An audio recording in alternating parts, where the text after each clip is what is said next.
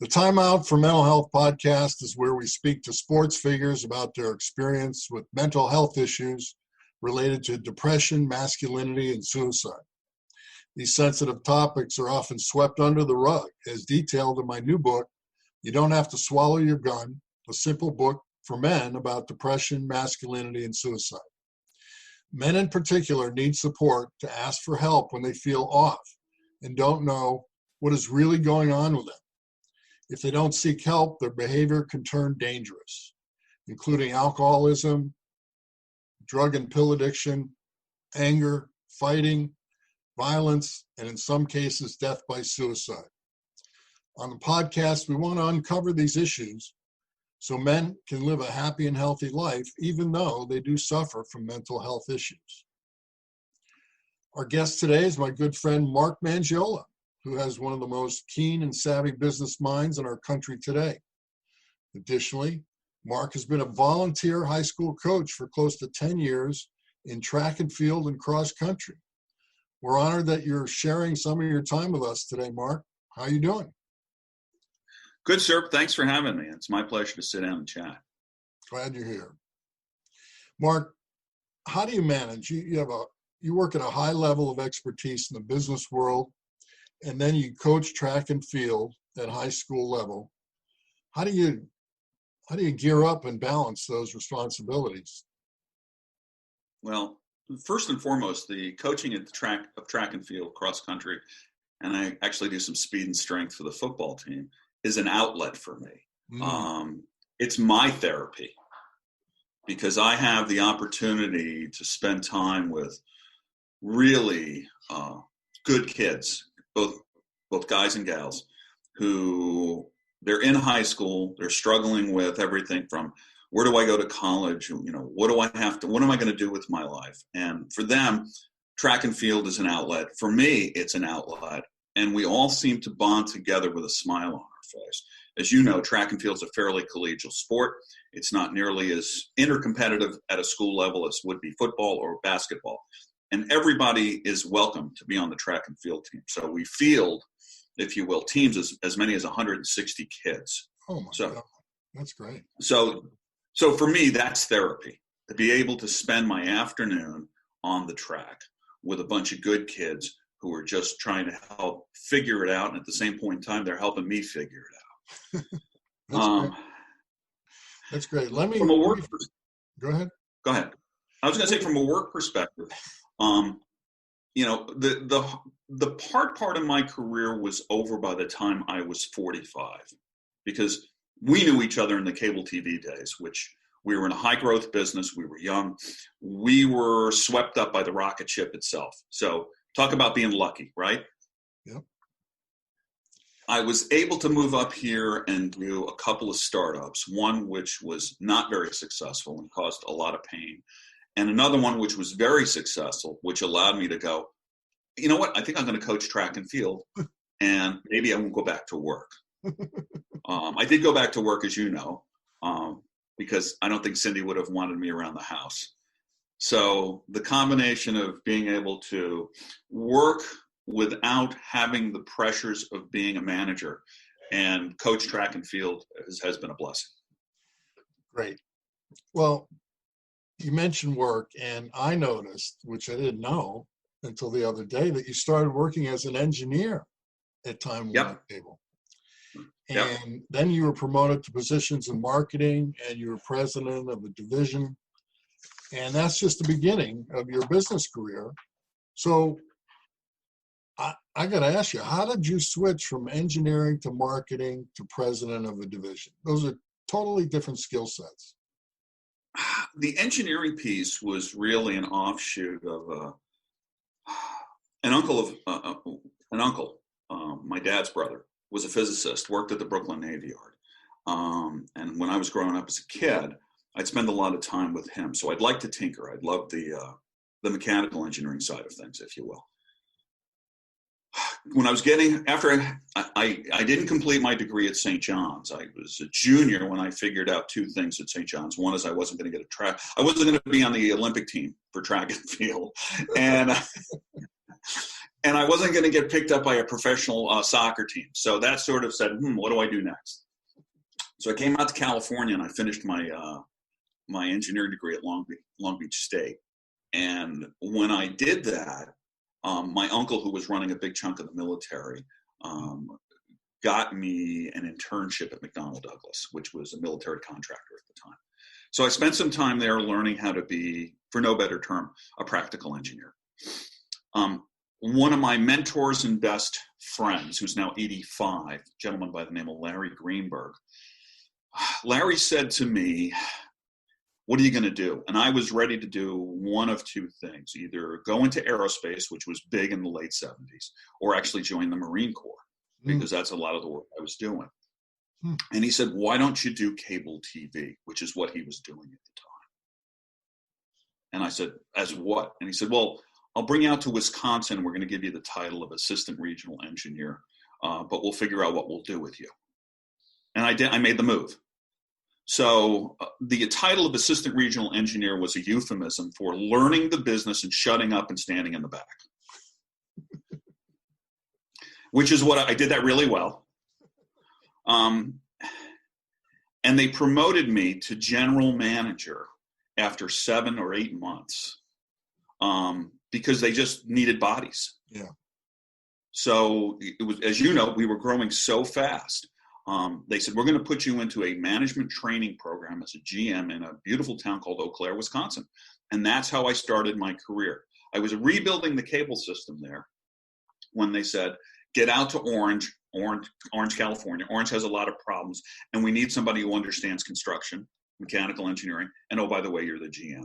So that's how the transition happened. God, I never knew So that. I spent my first year and a half in Orange, literally in trenches and on telephone poles, building the cable system, and would have a suit hanging on the back door of my little shoddy office, and would go over to the city council meeting and get yelled at in the evenings. Yeah, we've all been there.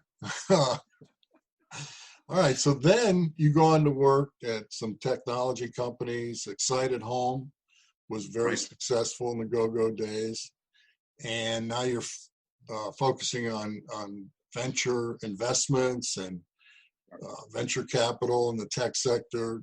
Did that ever enter your mind that you would end up there and be such an influencer? No, not at all. I was perfectly happy in the cable TV business. I loved the business. I loved what we were doing. What forced me out, for no better term, is when I got passed over to run the whole shebang. I was the division president. We had just bought CVI, if you remember, Cablevision Industries. And a friend of mine, a gentleman by the name of John Bickham, who you know, who's still a friend of mine. John had no home. He was in the corporate office in Houston when we were rolling back Cablecom. So Time Warner made John my boss and moved him back out to California. And frankly, that made me mad. And John and I are friends. And he said, listen, Mark, he says, I don't plan on being here long. And I was like, you know what? I think I've learned all I can learn in cable TV. And John and I are still friends to this day, by the way. And I said, I'm going to depart and I'm going to try and do the startup thing up in Silicon Valley. So my ego got in front of me. And I was like, well, you passed me over, so I'm quitting. Well, I wasn't happy when John got the job either, because you're much nicer than John. And I had to go to John's office and I'd walk out with my tail between my legs. So, so what drives you in these areas? What is it that you... The motivation probably for me in the beginning, in the early stages, was financial security.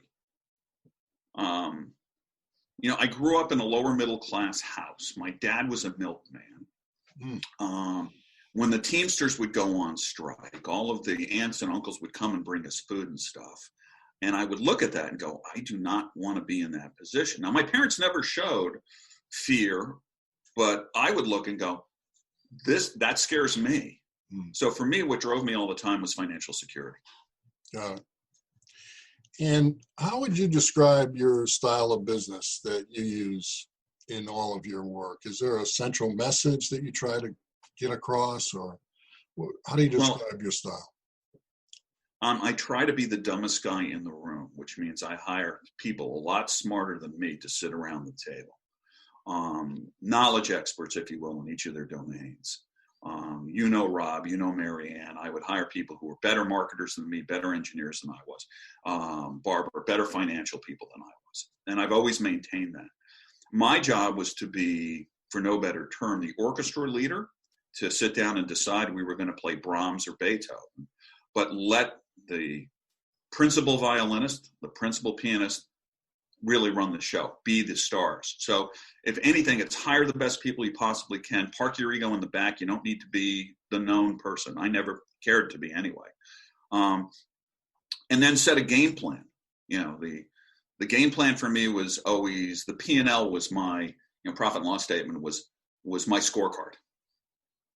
So theme was, we're here to make money. We're here to provide a service. We want to provide a good service. We want our customers to be happy. And I wanted all my people to succeed. I wanted my folks to make money too. So key theme was teamwork and a good message. Very cool. And so what would you describe as your most challenging aspect in your business career?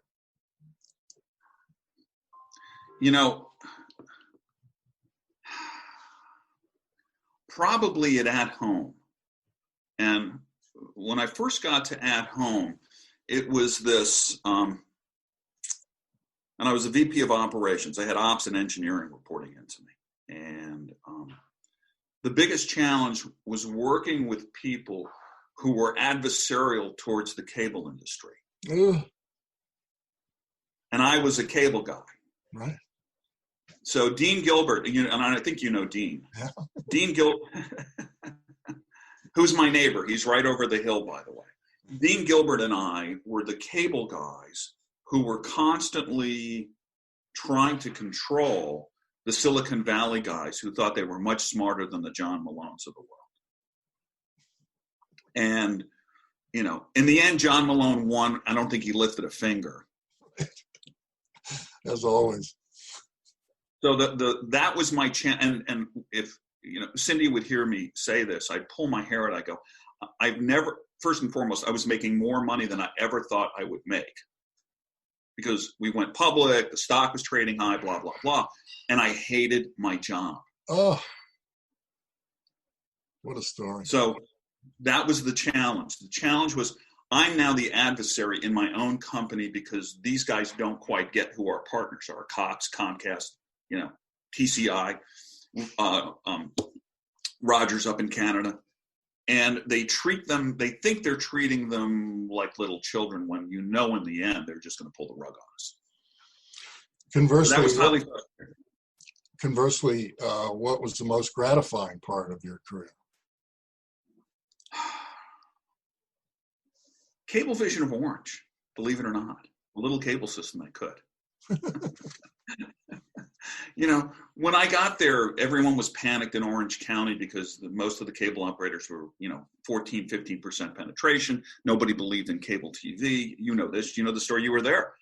And we built a really good business. We solved a lot of good relationships because county and the city did not like the previous management team before I got there. And we really created a good customer atmosphere. I wasn't embarrassed walking down the main street of Orange when I worked for the cable company. Cool. And the people that I worked with, all of them to this day, from the technicians to the office personnel, are still friends of mine. So it was 30 employees, and it was a family, and it was a lot of fun. And ATC at the time, before it became Time Warner, they allowed us to run with the ball. Nobody called me up and said, don't do that.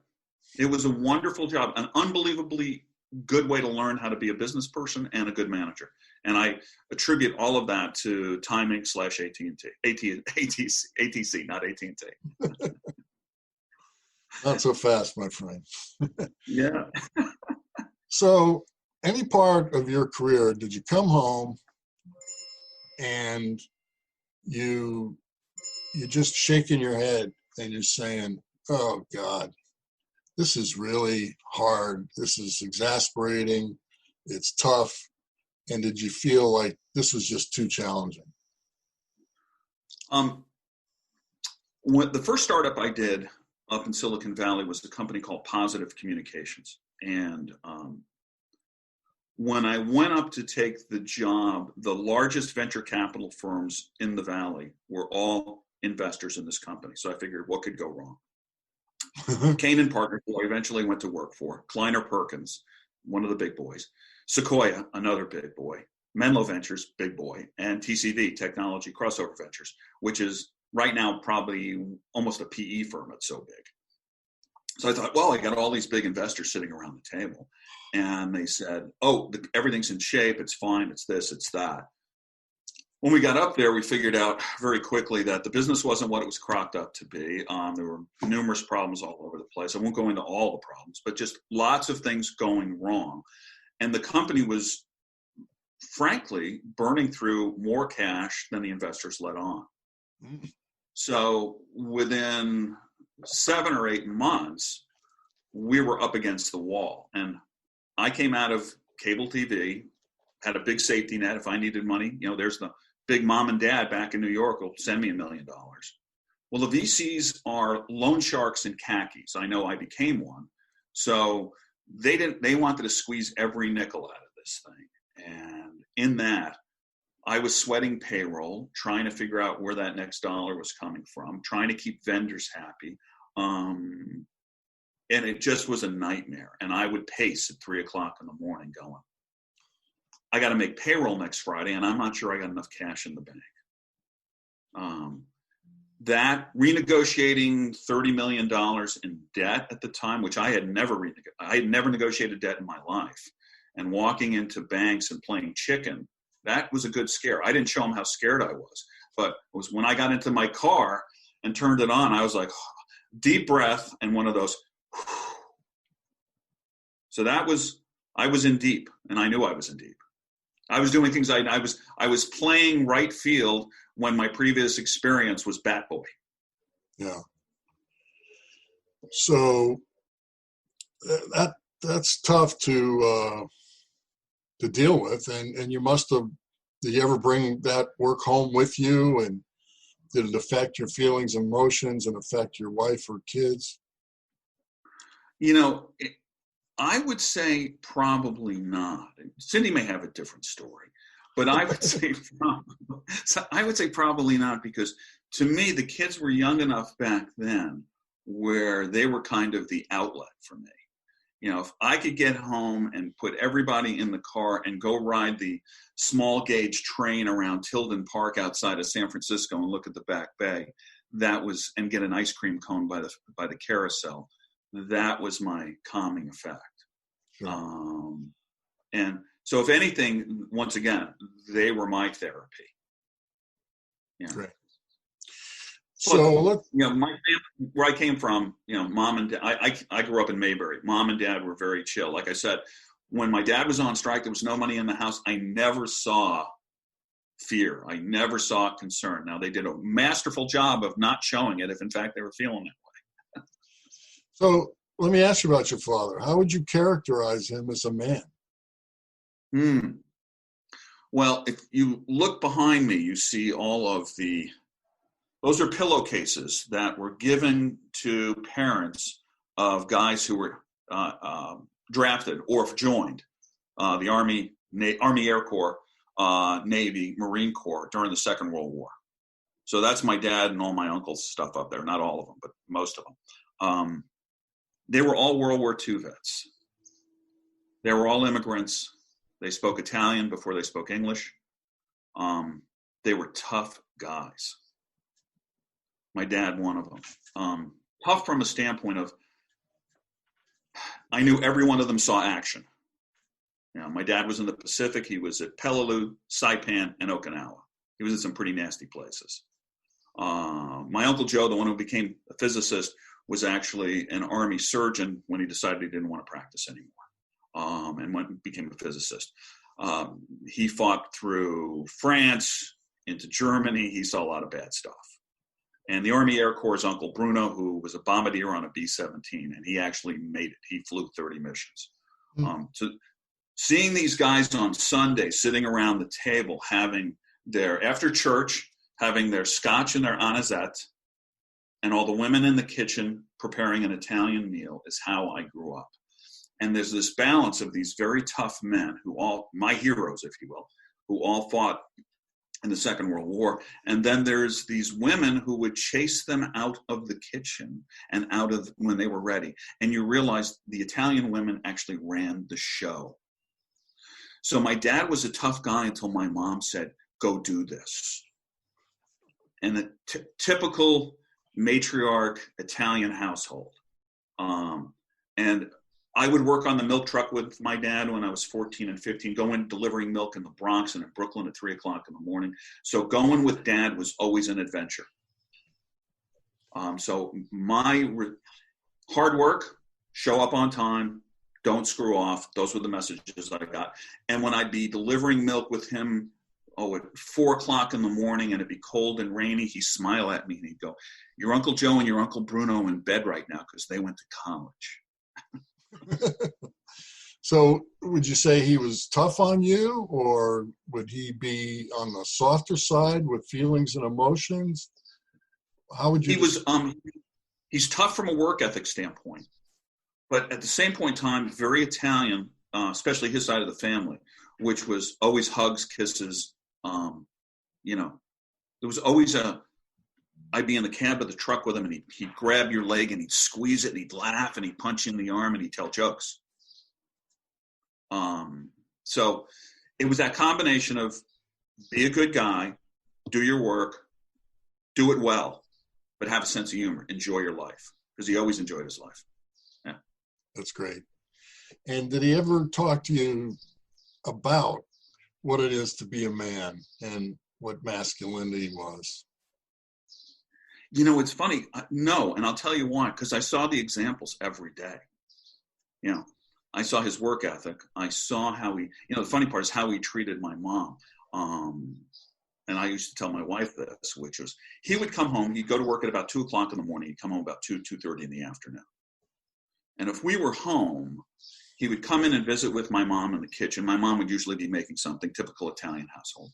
And he would put his arm around my mom and he'd start telling my mom some stuff. And if my brothers or I were like, hey, Dad, hey, Mom, he would go, shh, this is Mom's time and my time in 20 minutes. We'll all sit down. You can do whatever you want to do. So I watched how he treated Mom, how he treated us. And I tried to emulate that. And frankly, I'm not as good at it as he was, because he had a much more balanced approach to running that family. So he really showed you who he was as a man by his actions. Yep. But he did display his affection for your mom. Absolutely. And that's refreshing, Yeah. Well, once again, old school Italian, and if you would, when I was back seeing St. John's Georgetown, one of the reasons we went back is the last of the aunts, who's 90 years old, still lives on Long Island, so we went to see her. And the relationships between my uncles, my aunts, my father, and my mother were almost all identical. Just how they treated each other. Mm-hmm. So I got to see it on multiple levels.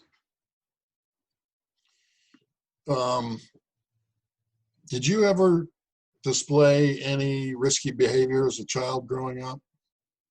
Oh, you mean stupid shit? Absolutely. I grew up in a small town, so we would do the typical stupid small town mischief on Long Island. I would steal boats take them out joyriding on Long Island Sound, and then bring them back into their mooring, tie them back up to the mooring, and then swim back from the river back ashore. We could have gotten some serious trouble for that. I was one second, I got two big golden retrievers barking. Hey, shush,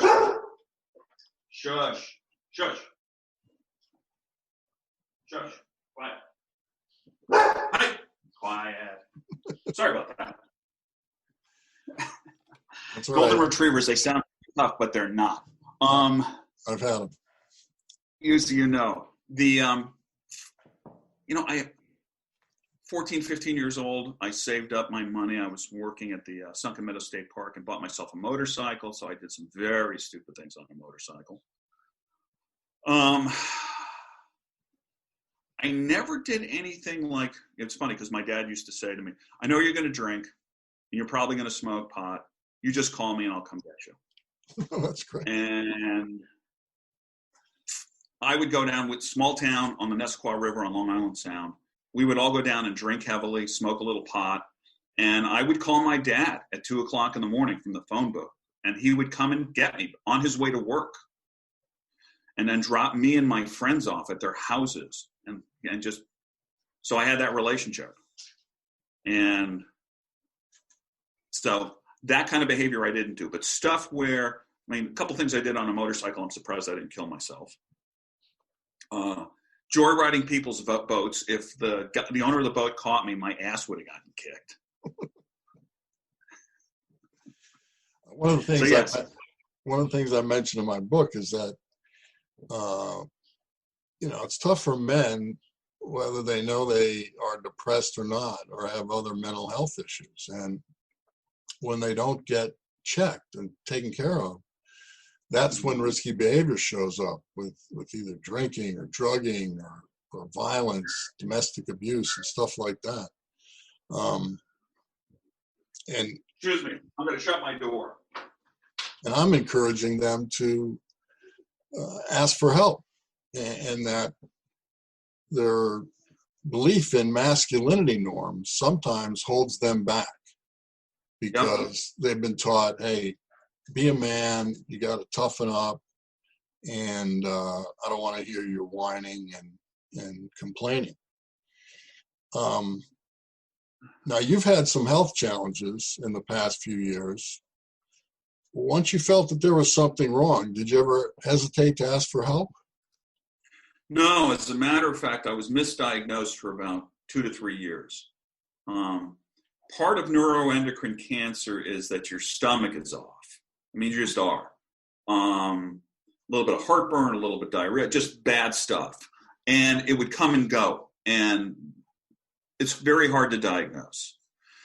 And most doctors feel you probably have it for 4 or 5 years before a final diagnosis is made. Huh. So, I'd go see my GP and we'd try different things. The one thing we didn't do, because you generally don't do, is a CT scan. If they had done a CT scan, you would have seen the tumors. But the blood work looked pretty normal. And so I would come visit I do my normal checkup. I would probably see my general practitioner, who's a good doc, a couple of times a year going, hey, this still wouldn't go away. So I get a protonic for this or something for that to mask what was going on. So when it came to personal health, I took care of it. I didn't sit there and suffer or go, I said, something's wrong. I got to keep fixing it. I got to keep figuring out what this is. So that's good. You did take care of it, and you probably didn't feel any negative feelings or depression, or you were in action.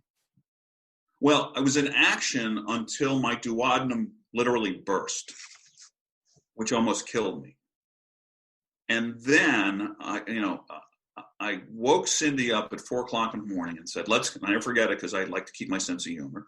I said, let's get to the emergency ward and beat the rush.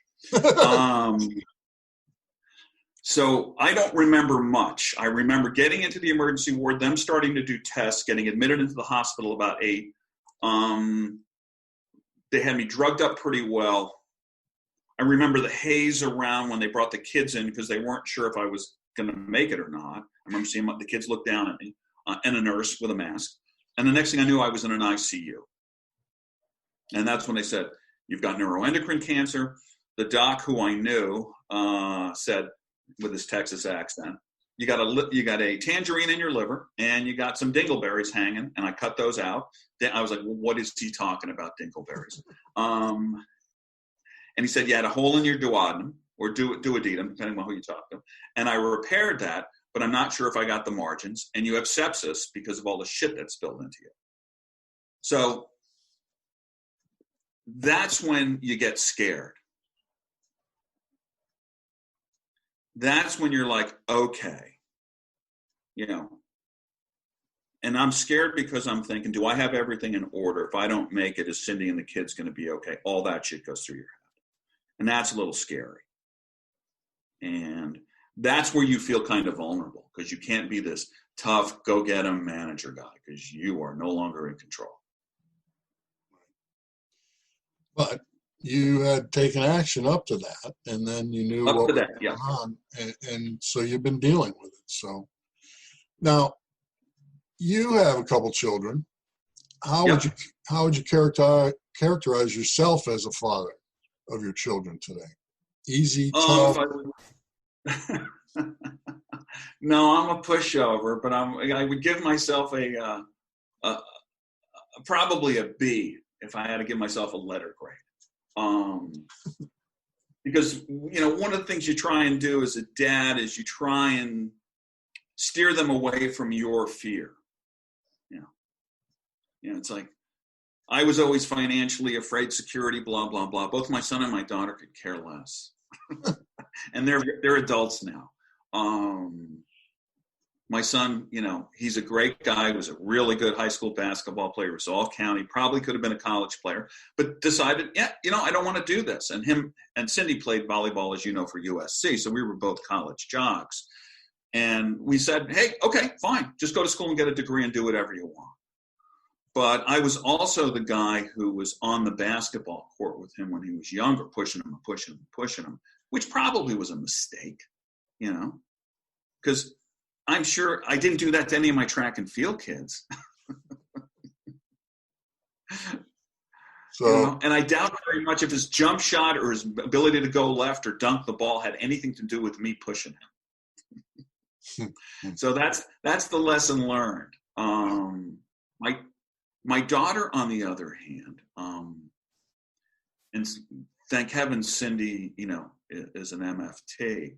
She's the one who suffered from depression. She's one of those kids that didn't want to go to school. If in fact we had moved down into the Carmel Monterey area, she went to a private high school.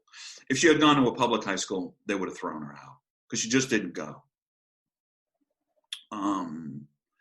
And she would go through pretty big bouts of depression. We had her seeing somebody for probably a couple of years. And for a while, and this is once again where I get a B, maybe even a B minus or a C, I was thinking, because I don't understand depression. I've never had it. She must be playing us. I remember thinking that. Oh, wow. And then Cindy would pull me aside, being a therapist. She studied this. She goes, you don't get it. And I'm a guy. I want to fix things. I want to fight through it. Come on, let's go. Bad approach. And I never tried to approach it that way either, because, like I said, I live with a therapist. So if I ever even went there, I'd get talked to the hand really fast. So that was a challenge.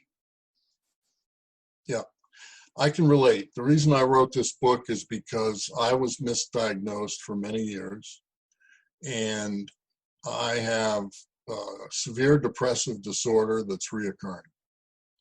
Okay. And luckily, I found a young doctor at UCLA who sat me down and did 4 or 5 months of research to find out what my condition was. And he diagnosed it properly, and he treated it properly, and I've never felt better, thank God. And I had that was the cause of, I had addiction issues, and life was a mess. And I was going to doctors, but they did not know what was going on until this guy, young guy in his 20s, and he really got his fingers dirty and diagnosed me correctly. And my mother, who was the daughter of a doctor, always fought with doctors when we were growing up. She wanted to know what was really going on. Don't bullshit me, blah, blah, blah. Mm-hmm. And I see the importance of it now. So it's very important. Thanks for sharing about your daughter. So you've had a great experience in business. You've had health challenges. Anything you would have done differently looking back? You know, I have no regrets, Tim. I got to be honest with you, none. I've been really lucky. Yeah. Like I said, if there were a couple things I would change, I wouldn't try to be the alternative basketball coach for my son. I would have let the coaches do their jobs.